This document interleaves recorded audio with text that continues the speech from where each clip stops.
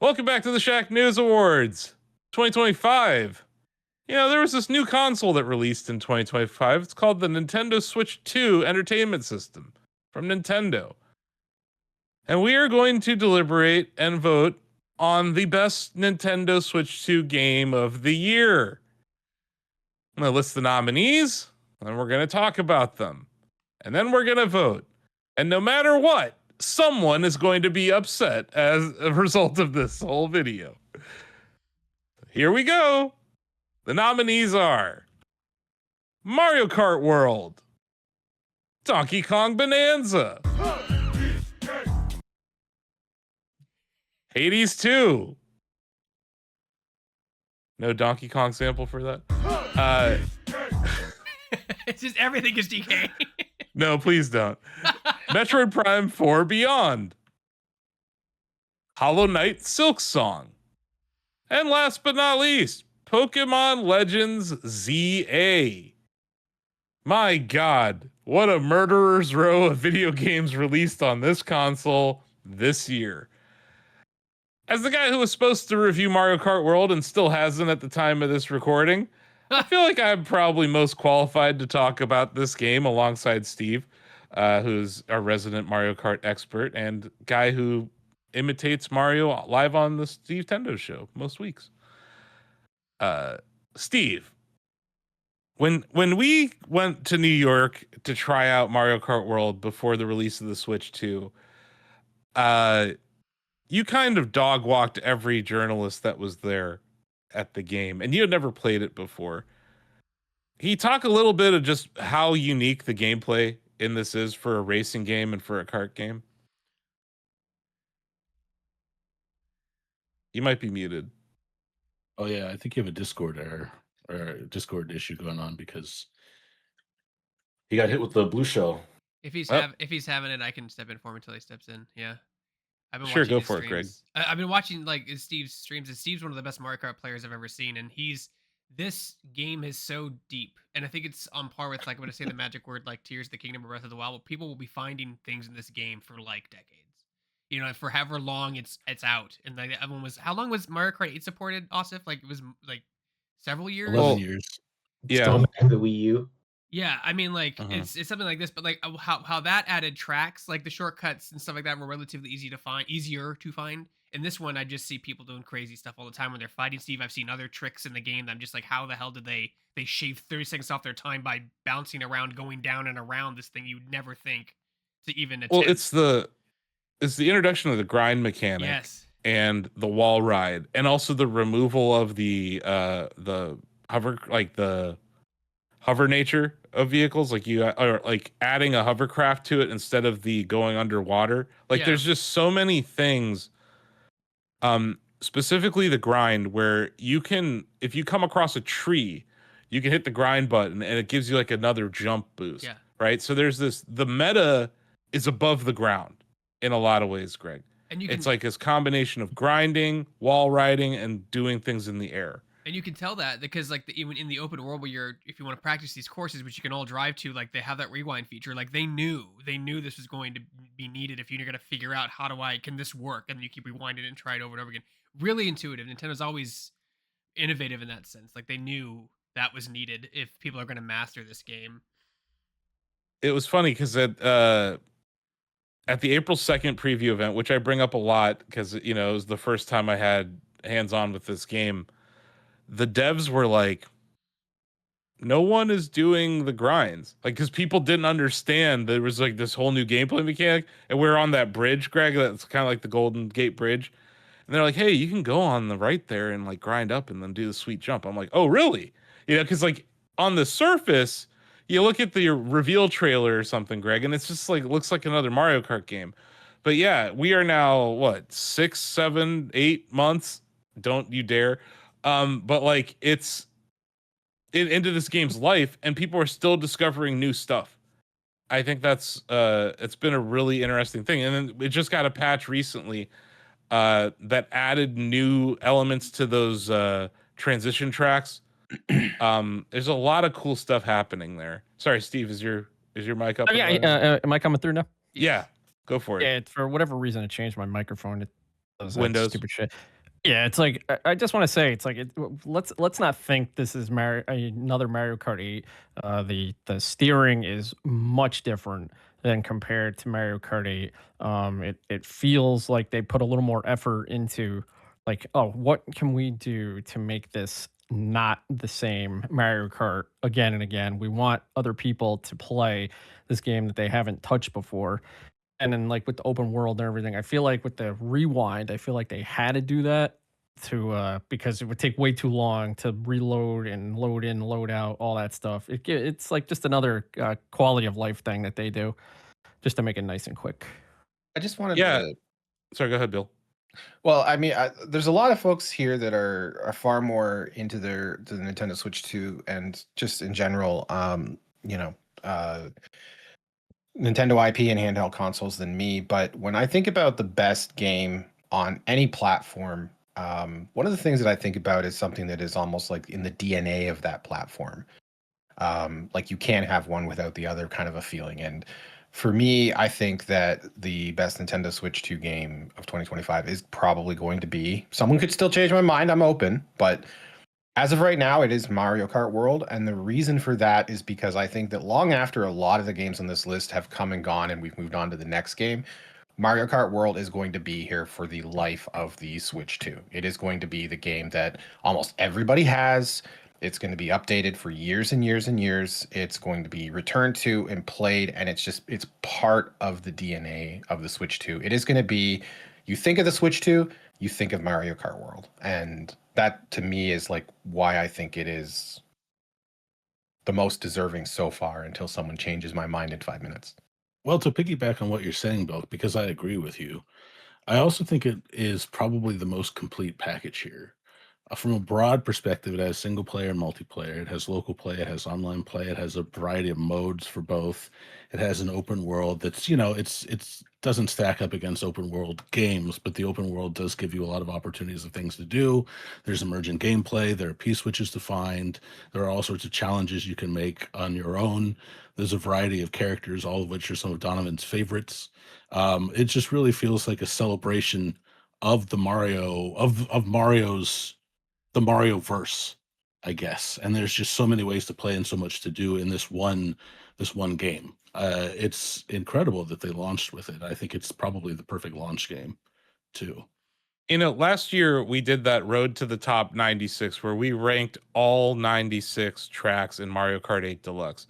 And by the end of it, we were all sick of playing Mario Kart 8 Deluxe. Maybe not Steve, but all Yeah, of not us. me. Maybe not. A lot of us, I don't know. I played a lot of that game before the Deluxe on the Wii U, Steve. Like I played a ton of it there. I loved it on Wii U. So then by the time it got to Switch, I was already kind of tired of it. But then they did that massive 48 track booster course pack, and it like extended the useful life of that game for me a ton. But like I asked myself while we were doing that, like, how do you make another Mario Kart game? Because that's like 8 Deluxe is really a celebration of the entire history of the franchise, right? So they had to break the mold entirely. And to your point earlier about the gameplay being intense, like very different. It's a faster game in a lot of ways. The tracks aren't faster, they're larger. So it's like this larger than life Mario Kart game with amazing track design and in a crazy kit of gameplay mechanics that have led to like world records that I don't think even the devs expected to see. Yeah, I think it's to Bill and David's point about like the full package of this game. Yes, I agree that it is a complete package, but there's some other games I had more fun playing this year.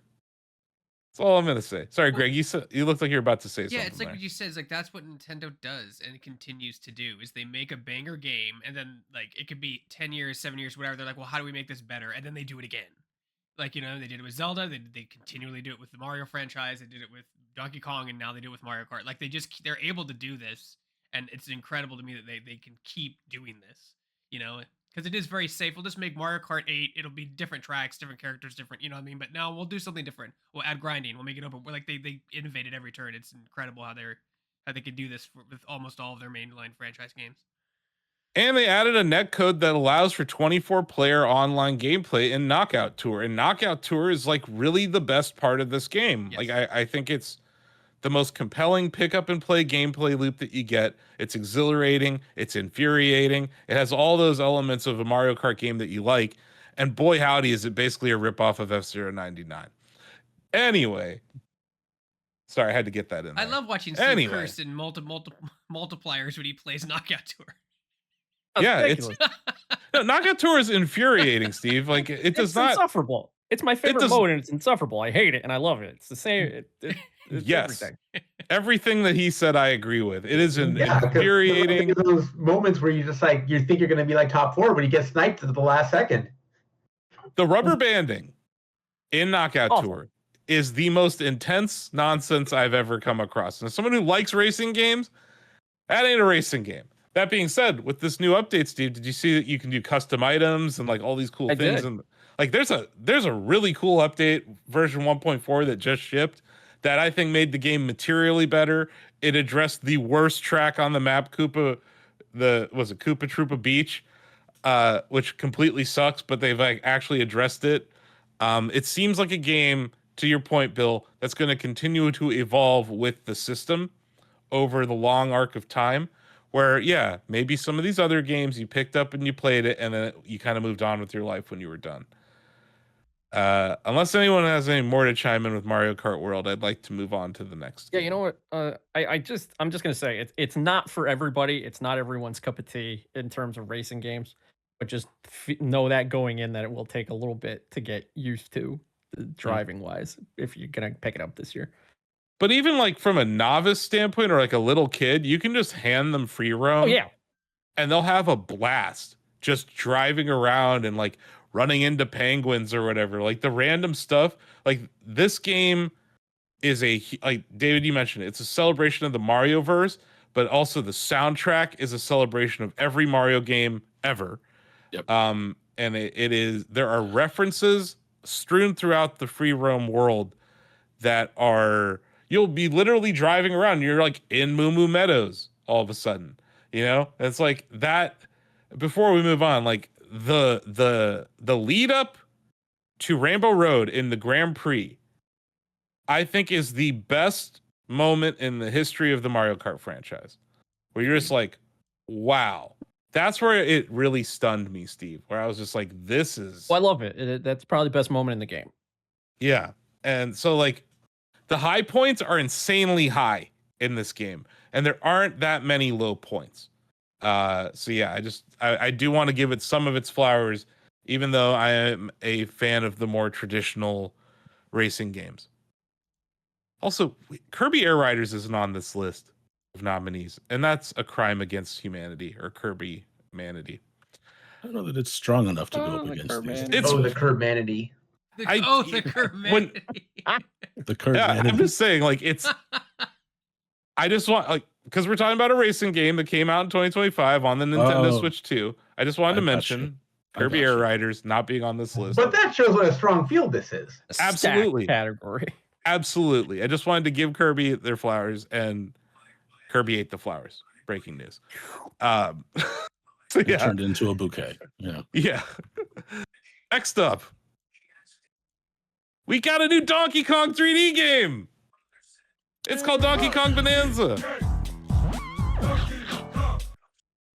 It was not just Donkey Kong returning for the third time, which happened early in the year. Nah. I love this game. It's great. The core gameplay mechanic of taking rock, throwing rock at other rock appeals to me. Collecting shiny things, collecting bananas, the voxel tech and the destruction of environments, all of that. Sorry. go This ahead, Mario Odyssey team that grasps the dopamine rush that you get from collecting like either the stars or the bananas, whatever Or it may coins. be. Like it's Coins. just it's you get that rush, and the fact that like you can just get it and keep going, because one of the things with the old Mario games that used to be an issue was like you get a star and then you just like you'd have to start the level over again. Like I love what the Odyssey team has done, and that they've managed to apply that to Donkey Kong is just, especially when Donkey Kong has such a maligned reputation in 3D platformers. Deservedly, this was definitely a breath of fresh air for that particular slice of Donkey Kong. This was absolutely not Donkey Kong 64. No. Nope. It's the first Donkey Kong 3D game since then, right? Like the actual three-dimensional. Yeah. Yep. That's a big deal. That's how bad Donkey Kong 64 was, Greg. Yeah, I think on the bingo card, like, because like you could speculate all you want to when they release a new system, but I think Donkey Kong was on there, but not something like this. You know what I mean? Maybe you get another 2D Donkey Kong. I didn't think a 3D Donkey Kong was on the bingo card. You got Mario, Luigi, you have all these other games. They could have Metroid that came later, right, or coming later. But I did not expect a new Donkey Kong game when the Switch 2 dropped. That's just me personally. I did. I thought Miyamoto tipped his hand when, during the run up to the Mario movie, he's like, here's this new model for Donkey Kong, right? It's like, this is going to be the new model going forward. And how prominent Donkey Kong was in the Mario movie, Greg, it just seemed to tip their hand that, like, we care about Donkey Kong and that there's something coming for fans. And like, I think this is true. The Mario team was kind of put on notice with Astrobot. Astrobot is like one of the best 3D platformers to come out in I don't know how long. And it was really the first time where like a non-Mario platformer, hell, it won Game of the Year at several different outlets, and I think at the God Emperor Jeff Keighley's awards. So like, they're left asking themselves, what the hell do we do with the Mario IP after Odyssey, which is a masterpiece, right? Like Odyssey, the Galaxy games, there's like a lot of 3D Mario games that I think I hold in high regard, even Bowser's Fury. So I think that they like needed to take time, but also like so many Nintendo games are born out of a gameplay mechanic, right? So they're like, we want to do something with voxels and destructible environments. That's where this started. And does it make sense to have Mario in that kind of game or DK? And I think that's where it became super obvious that DK fit this idea like perfectly. But yeah, like I agree that it was surprising, but I'm not like shocked that we got a Donkey Kong 3D. You know who also fits that aesthetic perfectly is Bowser. Can you imagine a game with Bowser doing the things that Donkey Kong is doing? That's kind of, I mean, this whole system opens up for more if they make a second one. If they TJ's sitting there like, I have imagined that, yeah, and it would be like, wonderful. yes, I wrote them several letters, several strong-worded letters. I mean, the end, like, spoiler to Mario Odyssey, but like the end of Mario Odyssey, Greg, inspired this game. Like, when you throw Cappy on top of Bowser, like, you do destroy the environment at times. It's obviously just a kernel of what turned into this game, but I do think they saw the path forward at that point. But like, I bring up the mechanic first because like I think it informs so much of the design of this game, its levels, the story, everything about it. But like, to be a completionist and to play this game is almost like hell because it's gonna take forever to 100% Donkey Kong Bonanza. But at the same time, like seeing the speedrun strats and like what we saw with like Cappy in the Mario Odyssey speedrunning community and like what this set of tools, the different Bonanzas, like opens up in gameplay, I think is really damn impressive. And I don't think they could have done this with Mario. I think this was the right character, right time kind of thing. And it does feel like the Switch 2 has been this opportunity for reviving a couple of IP so far. And there might be more coming down the road. But yeah, Donovan, I know you're nodding approvingly about Donkey Kong. You reviewed this for us. Yeah, I think you guys did a good job of highlighting why this game's so awesome. The one thing I want to bring up is the bonanzas themselves, the different like abilities you unlock throughout the game. We talk about Nintendo reinventing their franchises, and I think it wasn't the first trailer; it was like the second one for this game that revealed the different bonanza forms. And I was immediately like, okay, this game could like live or die on if these are like fun or dumb. And they're incredibly fun. I love the way that they influence gameplay. I love that the way that each of the layers are kind of designed to take use of one or more specific Bonanza forms. I know, Asif, you loved one that I also loved, the elephant, where you can like Oh, yeah. suck up the terrain and then it like pockets it, and you can see the little icons for if you've got dirt or lava or rock or obsidian, and then you shoot them out and they have different effects based on what they are. The zebra one was one of my favorites, mainly because of the song, but also just because running on top of water always feels super Love cool that in song. video games. Yeah, just a great gameplay mechanic in that video game. I also really enjoyed the story. I thought it was like a fun, cute story. Yeah, story's And cute. Pauline's a Cute great little Nintendo character. stories. Yeah. Pauline's a great character. And like I was happy to see her get her flowers in this game. And Yeah, I think that this is the beginning of something in the Donkey Kong universe. You know, it's The not story just is good enough that it makes me want to revisit the epilogue and eventually see that through to the end to see where it goes. Mhm.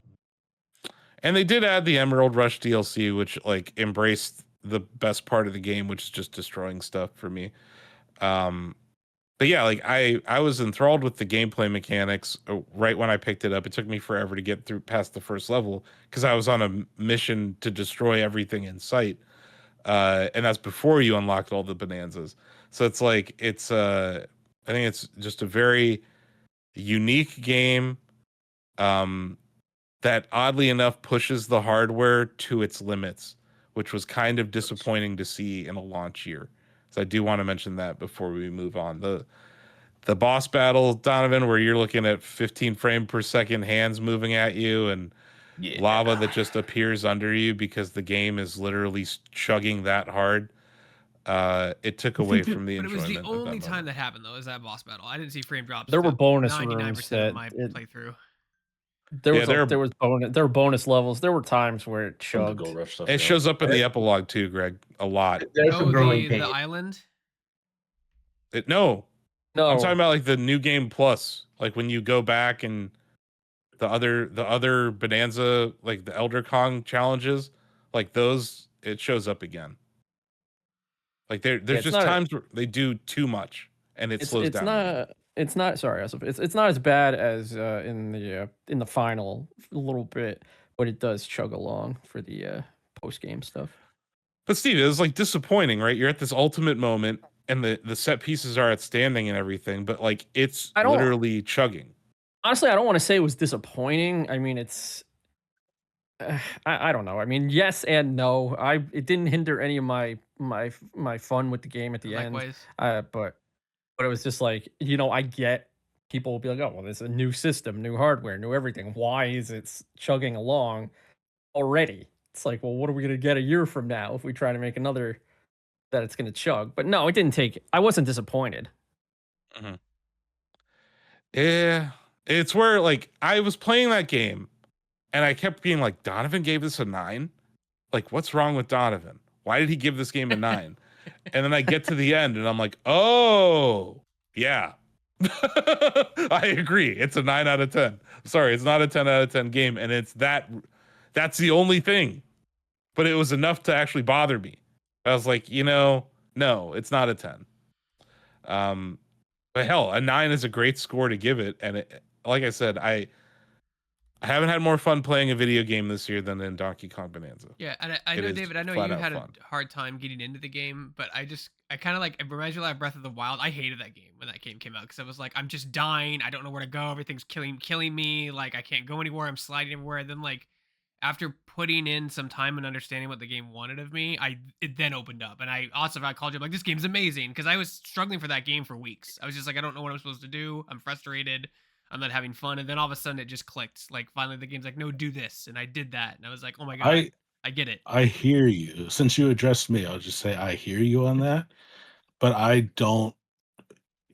It takes too long for me to get into it, and I probably won't go back to it. Like after, I think it's good for what it is, but it's not to my taste. I'll probably delete it after this year and never think about it again, because I just didn't care for it. I'm pretty disappointed if this is the direction of Donkey Kong going forward, because it's not to my taste, not because it's a bad game.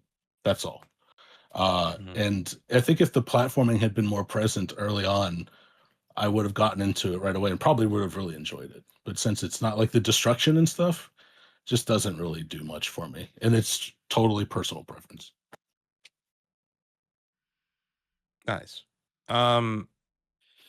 Next up is a non-Nintendo first-party title. Hades Non-Nintendo 2. first-party title, but it is a console exclusive. Mm-hmm. I don't want to say too much more about Hades 2 because we've gone on about it in other categories. It's fantastic. You should all play it. It's one of the best roguelites I've ever played. The first 10 out of 10 that I ever gave a Shacknews.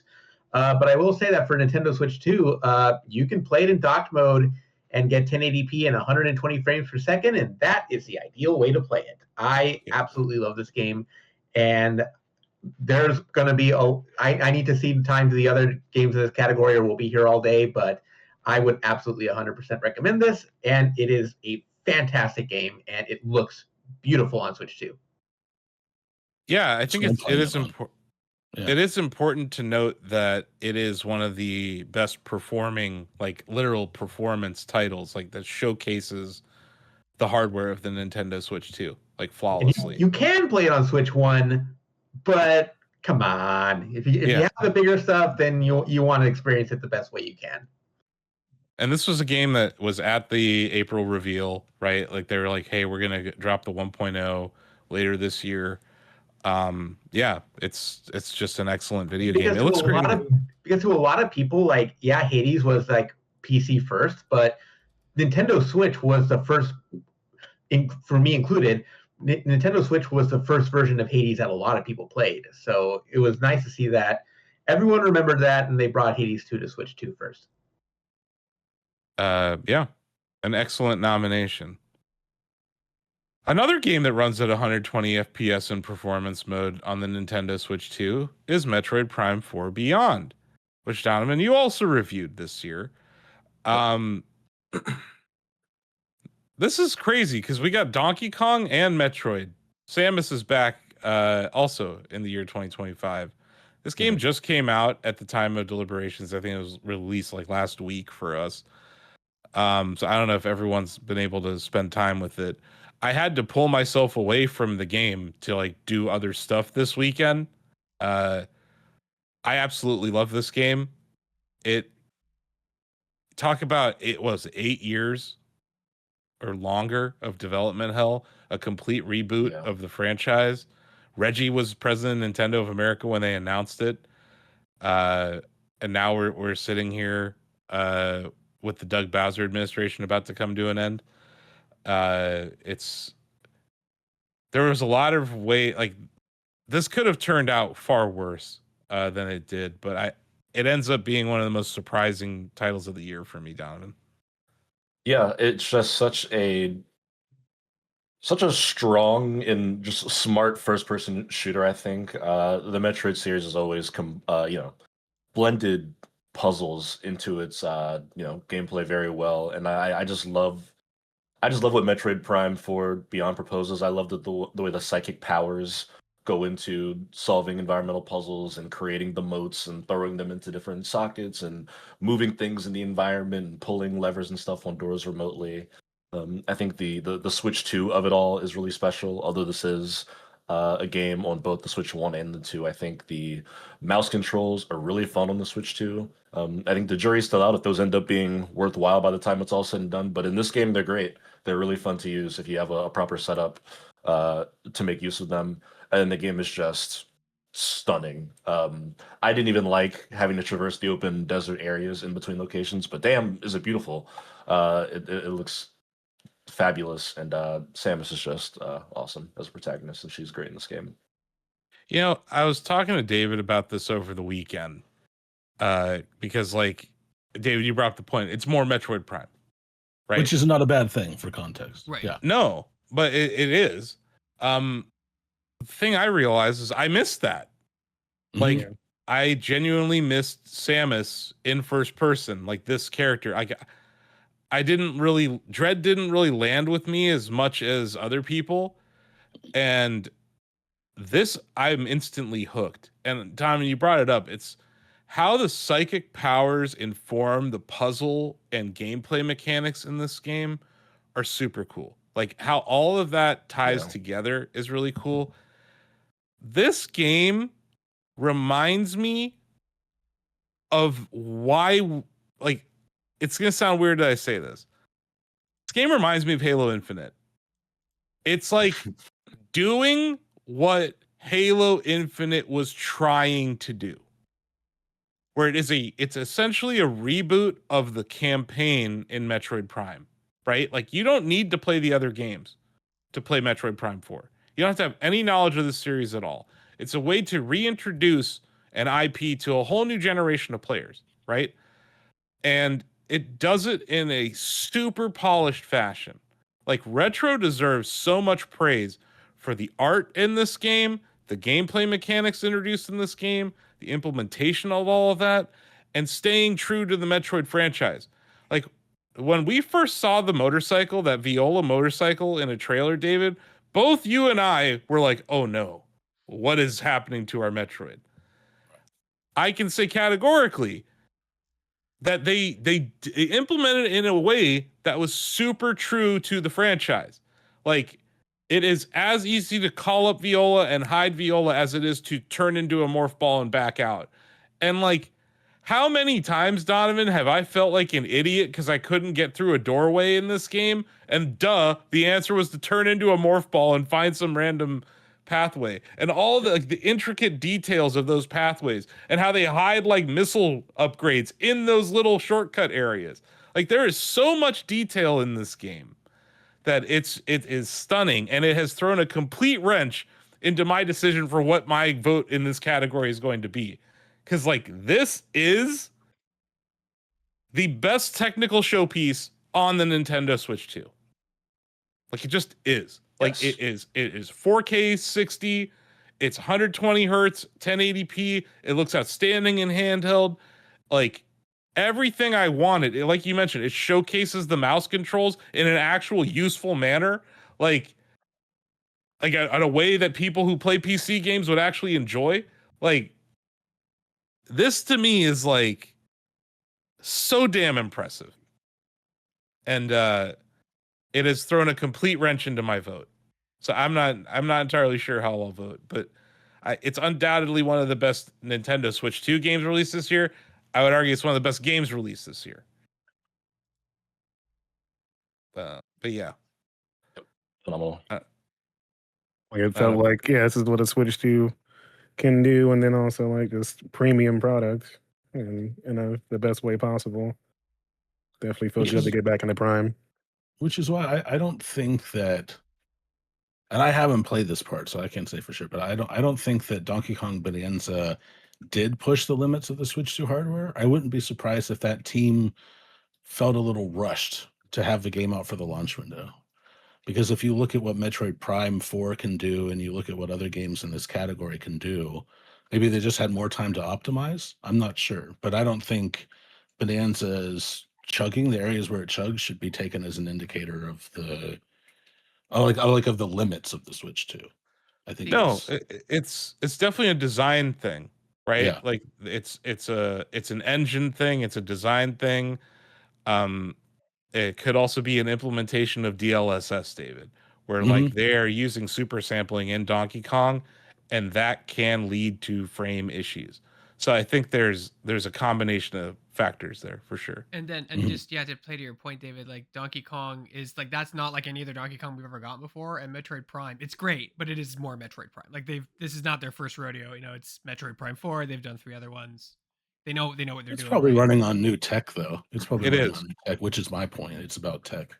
And it's also a game, Greg, that got it didn't get canceled, but it got canned. It got like, canned, yeah. They're like, this is not good enough. They said this isn't good enough, but instead of like other competitors in the industry and just shutting down studios and firing a ton of people, they said, no, let's do it again, but better. Like, let's take whatever we were trying to do and do it better. And they gave it time, and there's like a lesson here.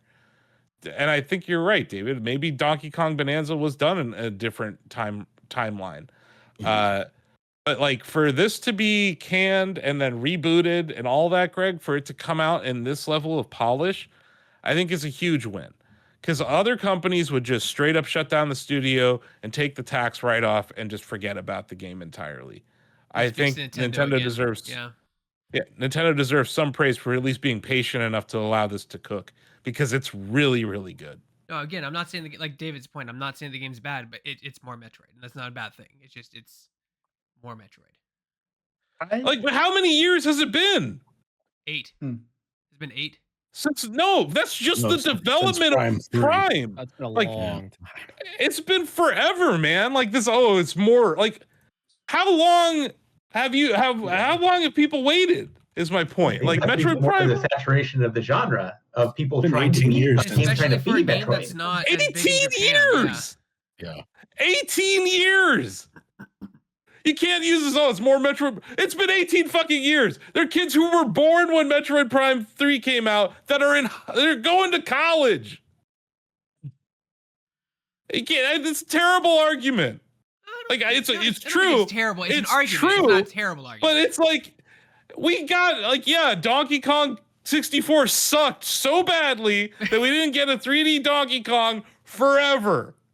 But go play that game and tell me you would actually enjoy playing it on a 64. Like now go play Metroid Prime 3. It was good. There was no reason to not make another Metroid Prime. And yeah, like the whole genre of FPS may have gotten stale. The whole genre of FPS single player games may have gotten stale. But this is barely an FPS. That's what I was talking to David about. Like, this is an action adventure game done from a first person's perspective. It's a Metroidvania done from a first person perspective. Like it's barely a first person shooter. Like, yes, it is first person. Yes, you shoot things. But man, I scan shit way more than I shoot things in this game. I had to sit there and think about problem solving way more than I do in any other shooter I play. So it's like, I just think it's reductive to be like, oh, it's, whatever. We just got another Metroid Prime game. It's not like they're shipping these once a year. I will say this was the first Metroid Prime game I've played. I love the Metroid series. TJ? You didn't try remastered? No.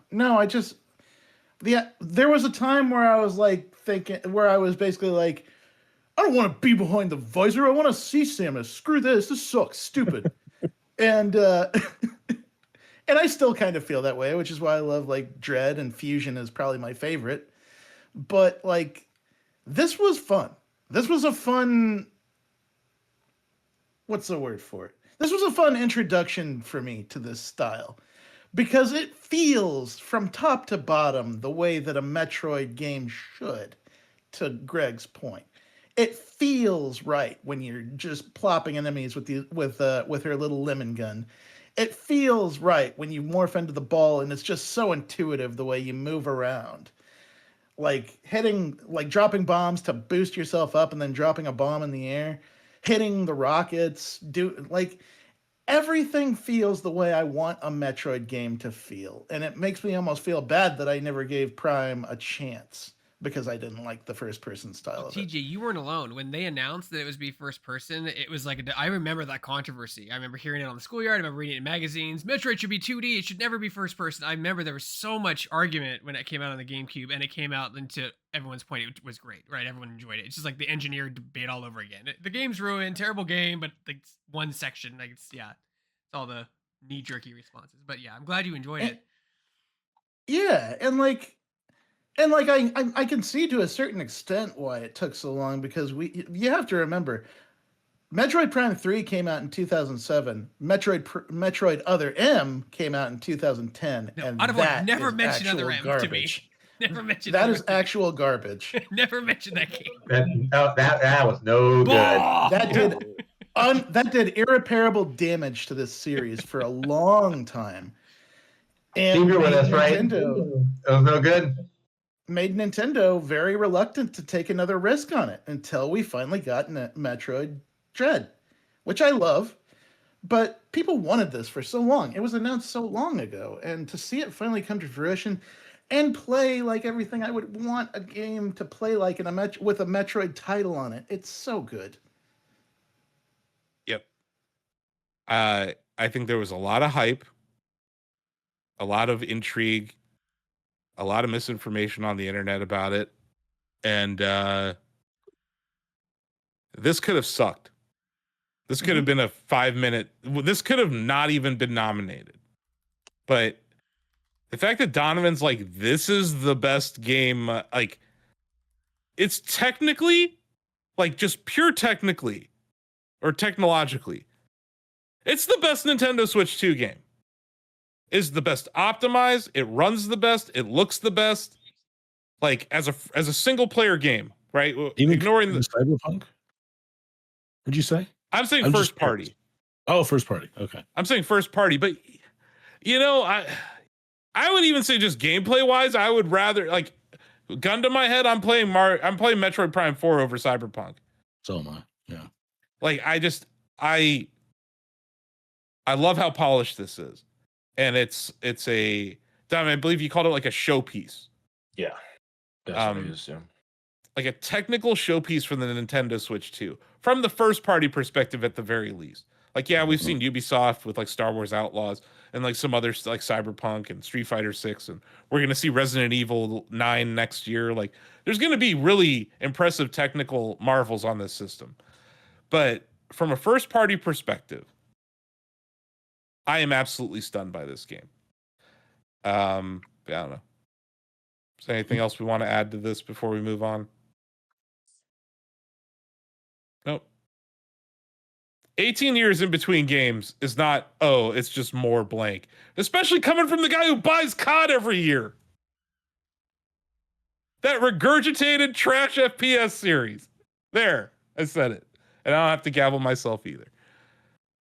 Next up is another third-party indie game. It's interesting, we have 2 indie games on this list. It kind of speaks to the Switch era and now the Switch 2 era, where indies can thrive on these systems and these ecosystems. And that wasn't always the case on Nintendo hardware. Hollow Knight Silksong. Team Cherry has cooked here, TJ. They truly have. Like, again, one of those except like Team Cherry didn't have to prove anything to anyone. They like didn't have to Silksong wasn't a risk. They didn't have to come back from something bad. They just came back and kicked ass even harder than they did the first time, and that's impressive in of itself. Because like, not many people like go that hard on top of success to make another success. I think Silksong is an incredible story, and the fact that they just like kept their nose to the grindstone and didn't worry about like what trends were happening, if it affects their game, or when people want them to put it out. They kind of just stayed the course in a way that you don't often see. Especially with a small dev like this. Like, I have to mention this, David, but like 3D Realms on the back of the Duke 3D success, right? Like, every mistake that George Broussard made, Team Cherry did not make. Team Cherry wasn't chasing some new engine tech. They weren't like, oh, this particle physics is out, we got to shove that into our game. They're like, how do we do right by our fans? That was it. That was the core philosophy used when developing this game. And it shows.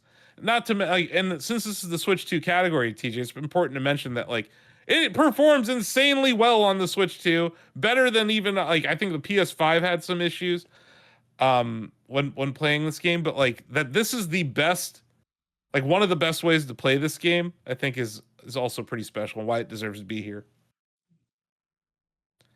Agreed. Even though I suck at this game, but appreciate every aspect of it. It's made me want to play the first Hollow Knight again and get good at that first, which I can because we have backwards compatibility on the Switch 2.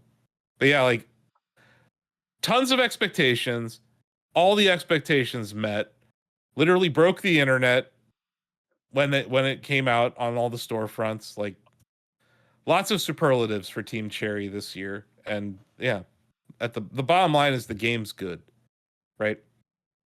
Or great, however you want to describe it. Yeah.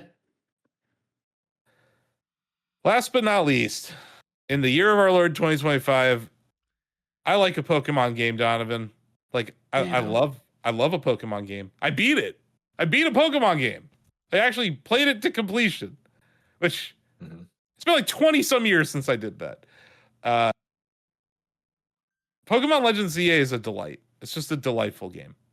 It is. I don't know what you want to add, Donovan, but go for it. Yeah, I can give my my monologue about Pokemon Legends ZA, which I think coming into the year, it was a game that was on my most anticipated list because I'm a Pokemon sicko. They've got their hooks in me. I'll always show up for what they do, but I never really expected anyone else to care too much about it. Like even if it was one of the better ones, it's not like staff does usually go crazy for Pokemon games, and I can't blame you guys for the last few. But I think seeing how you and David and even TJ have like really taken to this game has been so fun to watch in real time, and I think for my own part. It's just a fun reinvention of this series. It's the second Legends game. Arceus came out a few years ago, and I think Game Freak has already established the Legends brand. While they refer to it as a mainline series, it's kind of like a experimenting hub for new mechanics and features in the Pokemon games because, of course, Legends ZA uses a real-time battle mechanic now where you just enter and exit battles fluidly. Moves no longer have a count or a finite number of times they can be used. It's all on timers. Stronger moves take longer to cool down. And you have to constantly be moving. It's my favorite thing I think about the gameplay is that when you're on the battlefield, your Pokemon naturally follows you around, which means if a flamethrower attack is coming in, instead of just hoping your evasion was high enough you dodge it, you can physically anticipate the move and like move out of the way, like escort your Pokemon out of the line of fire, which is to me the closest the games have ever gotten to emulating the feeling of watching Ash and Pikachu, right? Where he's like, Pikachu, dodge it again, jump out of the way for a third time. You can actually do that now, and it goes both ways, right? Where the enemy will anticipate you. Sometimes I just want to run in and spam attacks, and they'll put up a protect, and now all my cooldowns are still waiting, and I'm just open for an attack. It's such a fun way to kind of turn that entire franchise on its head, but it all still works really well, which I think Game Freak doesn't get enough credit for. There's 1,000 Pokemon, and they've all been designed to fit in this turn-based system. The types, the matchups, all of it has been built on that turn-based system that they've been using since the late 1990s. And for it to all just, to me, flawlessly translate to a real-time system, I think is super impressive. But I will say one thing that didn't necessarily change for the better, and that's catching the alpha Pokemon in this game is way harder than it was in the last game. Because like in the last game, like they're giant Pokemon and they're terrifying and they chase you down. But like if you raise your Pokemon like strong enough, you have a chance. In this game, they're still giant, they're still terrifying, but they have minions and they gang up on you, and that's bullshit. They outnumber you, and they just like they swarm you as soon as you get close. It's like, come on, do I not have enough of an uphill battle here? It's great. Yeah, I'll never be able to play another Pokemon game again that's not like this. Like I can't never go back to that. Like this is You heard it here, what Game the Freak. franchise needed. It's like you said. Like I mean, there's a lot of people like franchise is very popular. People love staring at Excel sheets and numbers and percentages of like and doing the math in their head and like competitive play. But that's not me.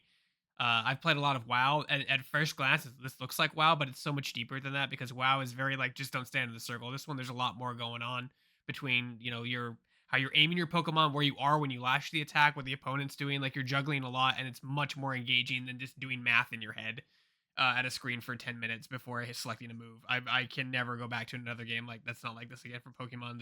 I've been ruined. There still is a battle chess involved though, Greg, where like what kind of type am I fighting here, and then also the introduction of the rogue mega evolutions, Donovan, and how like those battles are at a different scale and a different level of strategy than I think we've seen before. And also to your point about dodging attacks, that is hugely important in the rogue mega battles. And yeah, like it feels like you're in the anime. It really does. And honestly, I've been a bigger fan of the anime than I have the games in the last 10, 20 years. So this is a huge deal. Like it's a big deal for me, the guy who like has not really given a time of day to a turn-based Pokemon game in years. Like that I'm sitting here singing its praises is a big deal. And that like it took over my life for a bit there, man. It was like the one game I was playing, like, and I've stopped playing it after I rolled credits, not because I don't like it, not that I don't want 100% it, but that I had to play other games for consideration in these awards. But like at the end of the year, I'm going to go back because I like want to level up my characters. We got that DLC coming really soon. Yeah, and obviously I get to mega evolve Pikachu, like Raichu, but like Yeah. it's like I'm looking forward to all that. But yeah, it's Also, I guess it's a surprisingly awesome Switch 2 game. I want to call. We've talked a lot about the mechanics, which I think are great, but also I just want to call out the story. Yeah. Really cool, interesting story. It's essentially a pseudo sequel to X and Y. Characters are fun. I've talked about it a lot with you and David on the Switch 2 podcast, but some of the best writing in a Pokemon game, easily. Characters are very memorable. We talked about Naveen and Tawny and Elle and these weird characters that all just inhabit Lumio City that feel alive in a way that Pokemon hasn't really delivered in recent generations. And I think this is like, as far as performance goes, the highest frame rate a Pokemon game has run since like Pokemon Emerald on the Game Boy Advance, something ridiculous like that. It's just an excellent Pokemon game. And you mentioned in another category how load times in RPGs are a thing. They like have these like tooltips in Pokemon Legends ZA that show up during the load screens. You can barely read them because they load so fast on the Switch too. So it's like it's not the most visually impressive game, but it's implemented in a way that actually runs well. And like I wouldn't be playing this game if it was chugging. You know, like I think the real time battle mechanics would not be as enthralling with poor performance. And I think that's where like they nailed it with this Switch 2 edition. I just want to chime in. I think that because of the nature of the real-time battles, this is one of the most cinematic games I've played this year. There was a rogue, like at first, I almost felt like the rogue mega evolution was kind of a gimmick because I was just thrashing them with regular Pokemon. I do a lot of battles in the battle zones. I hunt a lot of wild Pokemon, so my crew is generally pretty high level. And I was like, are these mega evolutions really a big deal? But then I got to a point where I was really having to strategize and think on the fly, think on my feet. And there was this moment where there was a rogue mega evolved Pokemon shooting lasers at me, and I was like hauling ass perpendicular from the beams, and my Charizard was like cruising behind me, and I was like, I have a fucking dragon at my disposal here. I'm dodging lasers, I'm shooting fire. Like it was just this epic fight. And I haven't gotten that feeling from a lot of other games this year, aside from probably Doom, which I'm always talking about. But it's just such a cinematic game. And I didn't expect that from a Pokemon because, like Osif, I haven't played this in decades. And this was a real treat to come to. I really like if you move yourself around the battles, your Pokemon will move with you. And like Greg was saying, like I really got a little bit delighted when I realized that if you like direct your Pokemon away from the enemy, you can actually just automatically dodge close range attacks. And it actually puts some interactivity into like I'm not just standing there pressing tackle for the 50th time. I'm actually like moving away and making them come towards my Pokemon so I can line up my next attacks. And I love that there's actually strategy beyond just picking moves in Pokemon. It's nice. I also like when you have to protect yourself. Like a lot of the alpha Pokemon I noticed come after you, and you can only take like 3 or 4 hits before you faint or whatever. And so you have to think not only about your Pokemon in a fight, but almost engage them aggressively enough to where they have no choice but to turn their attention to your Pokemon, just so you're out of harm's way. Rogue Megas do that as well, where they'll take you out just as fast as they'll take your Pokemon out.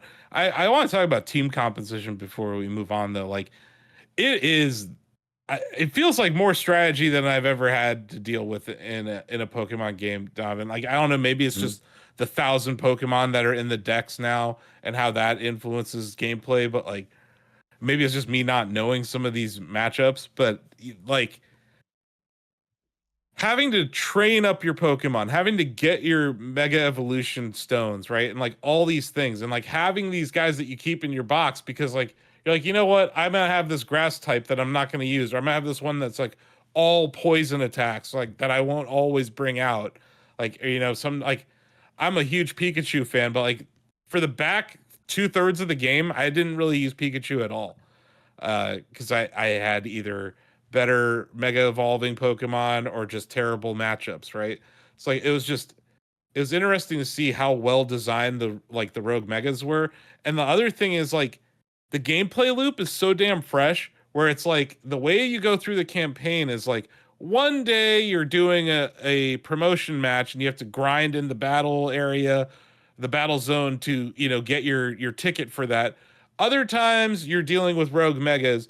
Sometimes one of your pals becomes indebted to the local mob and you have to go on a series of errands for them. And like other times there's some crazy tournament being held by this opulent lady with this fancy hotel. Like it never felt stale as I played it. It felt fresh, Donovan. And I thought that was like part of, like you mentioned about the narrative design, but how the narrative informed the gameplay loop, I thought was really, really masterfully done in this game. Yeah. Agree on all fronts. I think the only part of it that's felt stale to me, and I only feel this when I'm not doing them, is I kind of can predict okay, I'm going to have to do at least 3 rogue mega evolved Pokemon, and I'm going to have to I don't like hunting them down as much as I like fighting them, especially when they're on a rooftop. But once I get into the fight, I'm having a blast again. Yeah, the platforms that you have to go on, the scaffolding, the adventures the adventures of Pokemon scaffolding, definitely the worst part.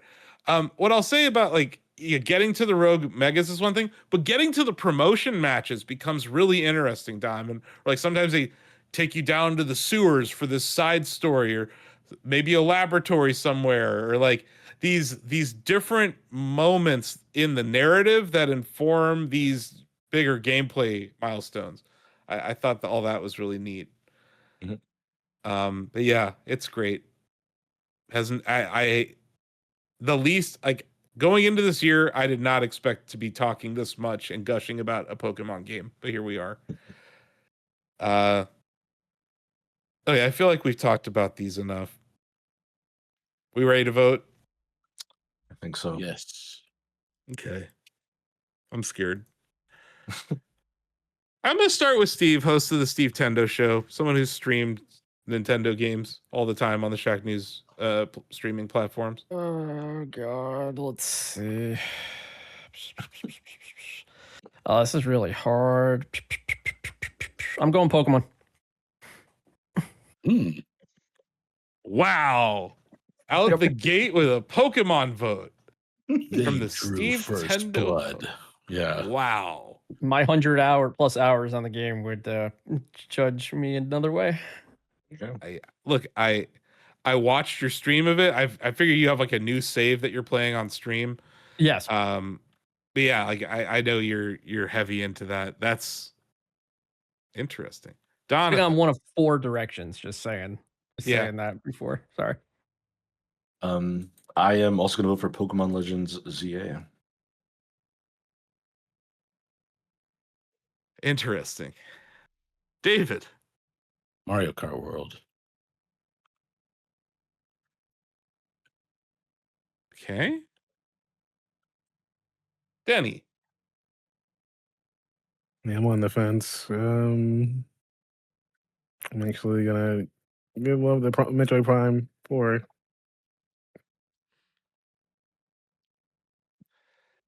Greg. I will never play another Pokemon game that's not like this. Pokemon ZA.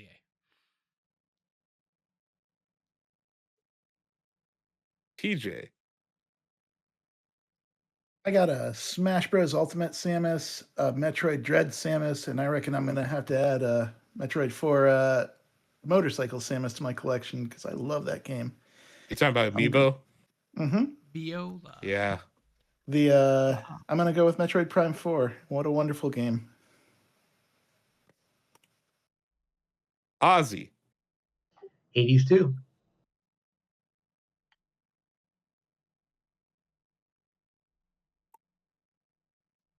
Bill. Mario Kart World. Oh my God. Sam. These are all phenomenal. For me, at the end of the day, the Switch is like a party system for me. So when I'm having a couple of bevies with my mates, I'm cracking out Mario Kart World.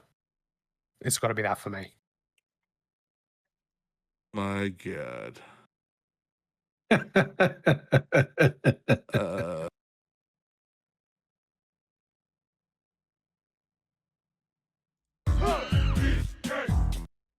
Not a You single didn't DK vote for vote, it. Greg. I'm gonna fight for DK in another category again. I'm gonna die on a hill for that game in a different category. Good luck with that. 1, 2, 3. Sorry, is it 1, 2, 4? No. Is it 3 votes?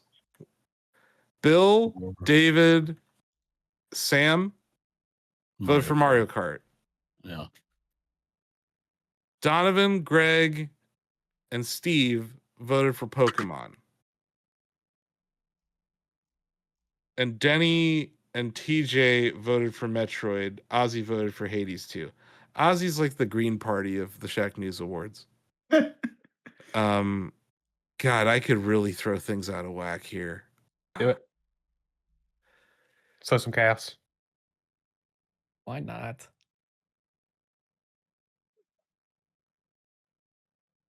Because it's really, what do I think the best game of the year was on this system? Yeah, it's that's what I try to like. I think in my heart, I love Pokemon, but I feel like Mario Kart World is the best game on the Switch too, which is why I had to vote for it. In my heart, Yeah, Mario Kart World is my happy place that I go to when I want to chill. It's like a radio station. I treat it like Spotify. I just put it on my TV and I listen to Mario Kart music all day. But another racing game franchise has my heart. So I'm not voting for Mario Kart World. I love Pokemon Legends ZA, but I don't think it's the best Switch 2 game. I don't.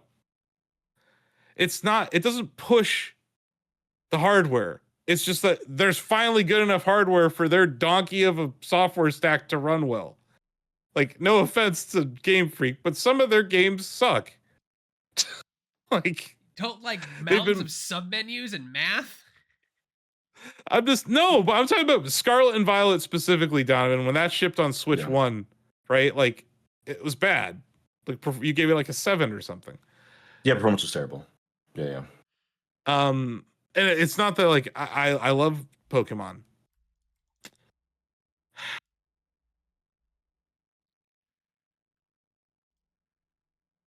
Just want to check what game launched with the Switch 2? Mario Kart. Just want to double check that. Welcome Tour. Welcome Tour, yeah. Welcome Tour. The game of the year. Got it. What else? Yeah, David, Sam asked what game launched with Switch 2, and I told him Welcome Tour. hell yeah. But he was trying to make a case for Mario Kart World.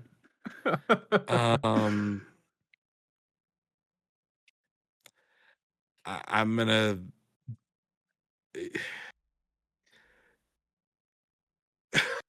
This is what's weird about this.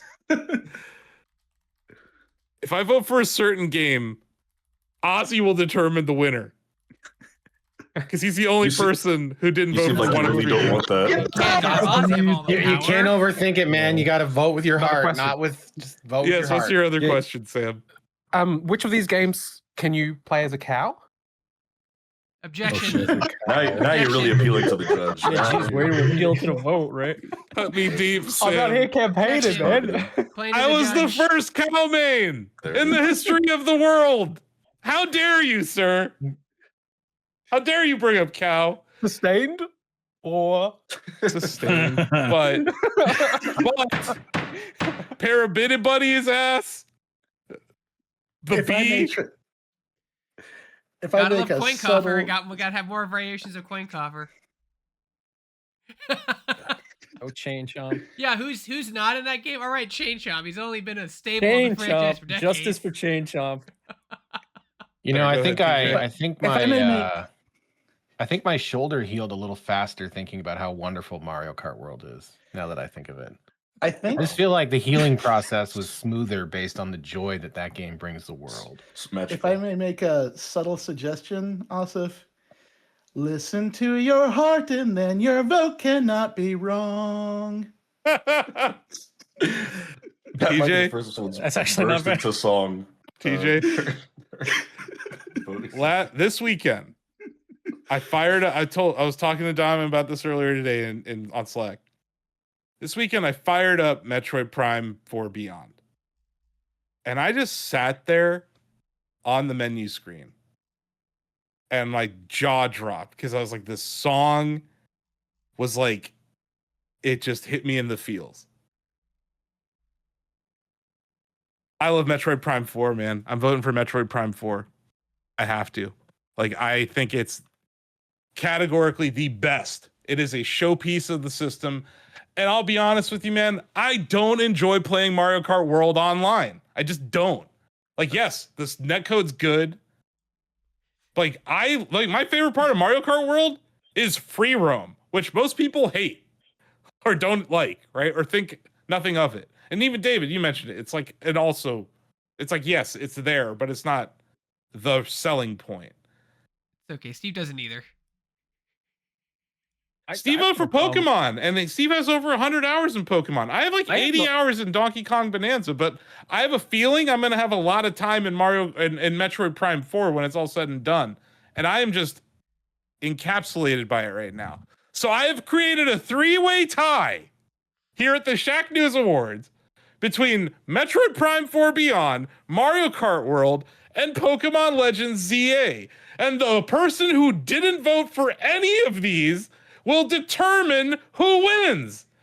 Ozzy, here's your you must choose between these. How does it feel, Ozzy? Overruled. I'm not the benevolent dictator of Ozzy wasn't anything for Shacknews. Ozzy. That was for Ozzy. Well. Ozzy's like the oligarch or something. Whatever your communist narrative is here, it does not apply. This is a democracy. Ozzy, you must choose between these 3 fabulous Nintendo games on the Nintendo Switch 2 that will determine the best Nintendo Switch 2 game of the year here at the 2025 Shacknews Awards. It's all on you. I had the most fun this year playing Knockout Tours, so I'm going to say Mario Kart World. Man. All right, that's fine. There you go. Knockout Tour is great. No drama, straight to the point. Look, these games are great. It's a very hard vote. Like, I'm sitting here, like, man, congratulations to Mario Kart World, and the 3 people here who I haven't seen log into Mario Kart World in I don't know how long who voted for it. But please tell me about how great Mario Kart World is, guys. I don't know. There's too many other games to play. The guy with 100 hours in F-Zero 99 might have had a point, but who gives a fuck about that guy? Let's vote for Mario Kart World. Congratulations, Nintendo. You won a Nintendo award. Mario Kart World. What am I going to do with the award? Nothing. I don't know what I'm going to do. That's the least of my concerns right now.